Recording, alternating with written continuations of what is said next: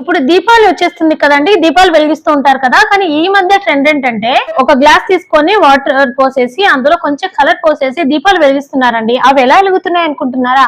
నేను కూడా అలాగే అనుకున్నాను, కానీ ట్రై చేశాను, చాలా బాగా వచ్చింది అనమాట. నేను ఇప్పుడు మీకు చూపిస్తాను. అదే విధంగా దీపావళి రోజు వెలిగించండి, చాలా బాగుంటుంది, కలర్ఫుల్ గా కనిపిస్తుంది కదా. మరి ఎలా చేయాలి ఏంటి అనేది చూసేద్దామా? వచ్చండి చూసేద్దాం.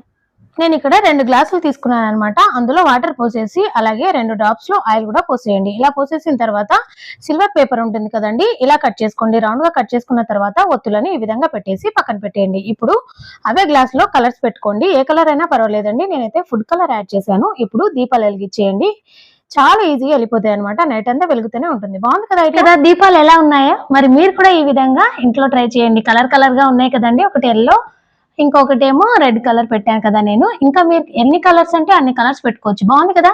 మరి వీడియో నచ్చితే లైక్ చేసి సబ్స్క్రైబ్ చేయండి. Bye friends.